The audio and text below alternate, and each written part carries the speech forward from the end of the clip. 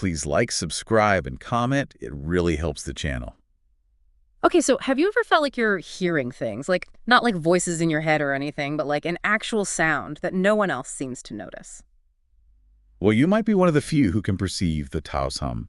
And today we are diving deep into this sonic mystery using this article called The Taos Hum, Unexplained Auditory Mystery as our guide.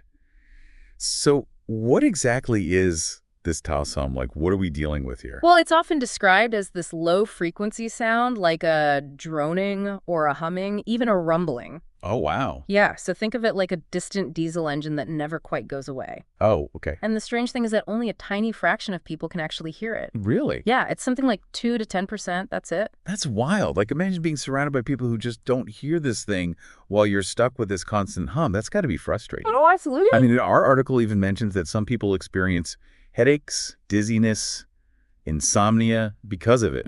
Yeah, it really raises questions about the psychological impact of this phenomenon. Yeah.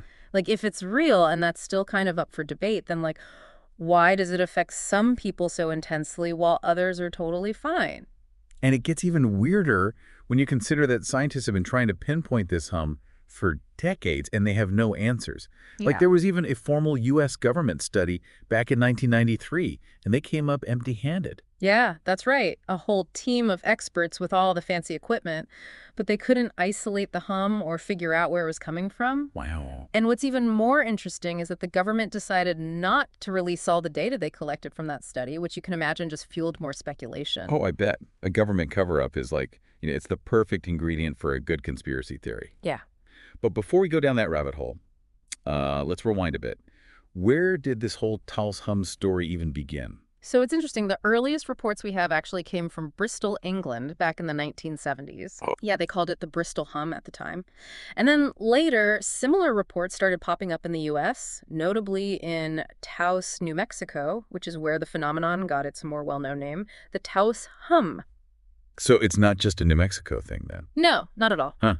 So that already suggests that something more widespread might be going on, right? Exactly. And, while the 70s marked the beginning of more systematic reporting, our article hints that similar sounds might have been described centuries ago. What? Yeah, perhaps even in ancient folklore. So it's like this ancient sonic mystery that's suddenly getting a lot more attention. Yeah. I'm hooked already. And the plot thickens when you consider that by the 2000s, the hum was being reported all over the world. Really? Yeah, Canada, New Zealand, Australia, like everywhere. Wow. So it really begs the question, what could possibly be causing a similar phenomenon across such different locations and cultures? Like, is it one global source, or are there multiple things coming together to create this strange auditory experience?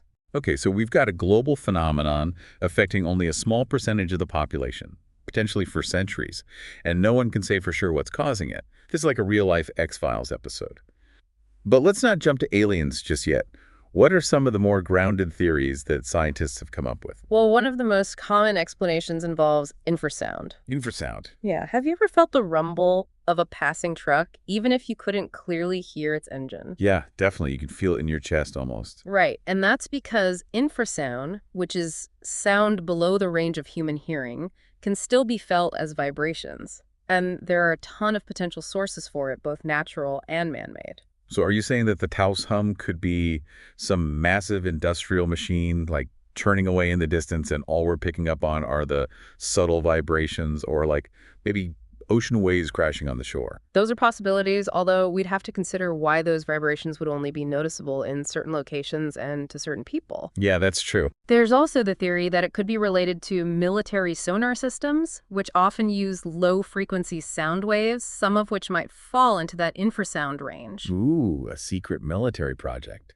That adds a layer of intrigue, wouldn't you say? It certainly does, but let's not forget that there's another invisible force that surrounds us every day: electromagnetic radiation. You mean like Wi-Fi and cell phone signals? Mhm. Could that really be causing a hum? I mean, those signals are everywhere, not just in the places where this hum is reported. That's a good point, and it's something researchers have been looking into. It's definitely true that some frequencies of electromagnetic radiation can have biological effects. Like, studies have shown links between EMF exposure and things like headaches, fatigue, and even cognitive issues.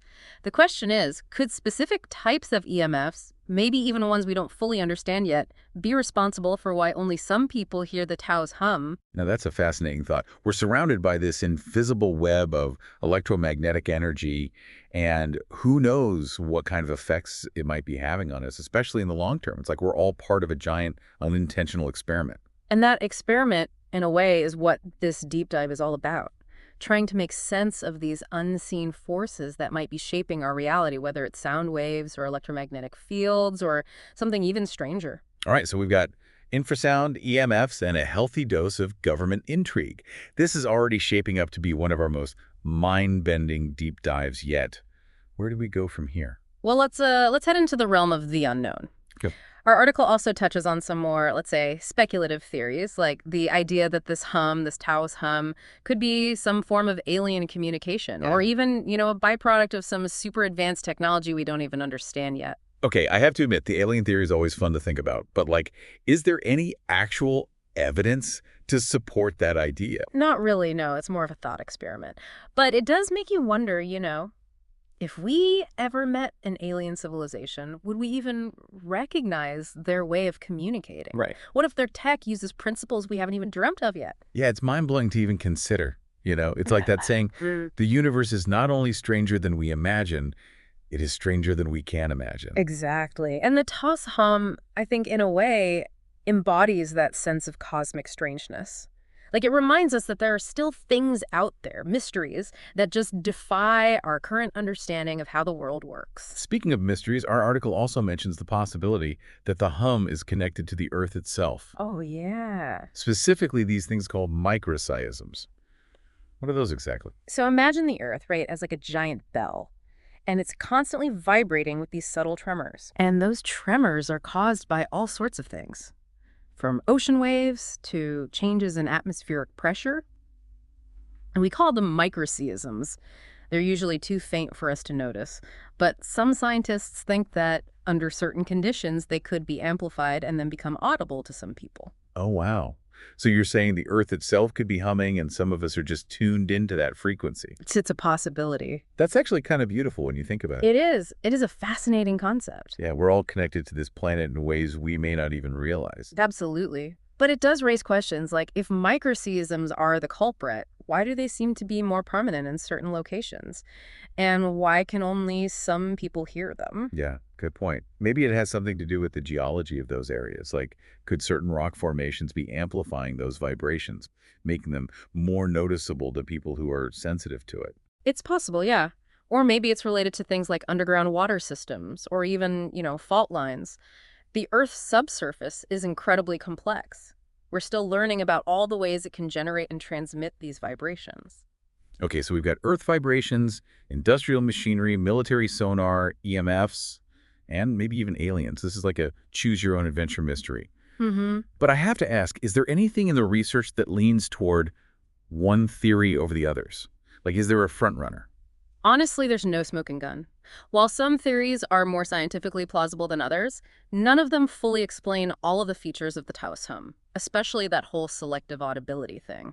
It's so frustrating. It's like we have all these pieces of the puzzle, but we can't figure out how they fit together. But that's science, right? Sometimes the more we learn, the more questions we have.